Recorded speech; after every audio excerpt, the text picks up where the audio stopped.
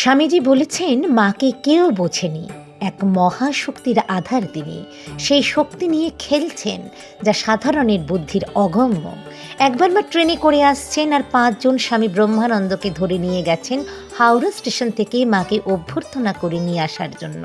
মহারাজ অত্যন্ত সন্ত্রস্ত ও সংকুচিত হয়ে থাকতেন, বড় বেশি যেতেন না মায়ের কাছে। মা ট্রেন থেকে নেমেই প্ল্যাটফর্মে বসেছেন।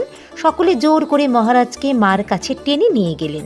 তিনি হাত জোর করে কাঁদতে কাঁদতে মা মা বলে প্রণাম করে তখনই সরে গেলেন।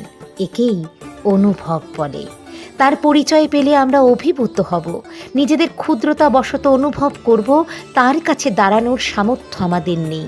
তাই অন্য সব ভাব আবৃত করে কেবল মাতৃরূপেই তিনি জগতের সামনে নিজেকে প্রকাশ করেছেন। তাকে পেয়ে মা বলে ডেকে যত তৃপ্তি, জগৎ জননী বলে ডেকে তত তৃপ্তি হয় না।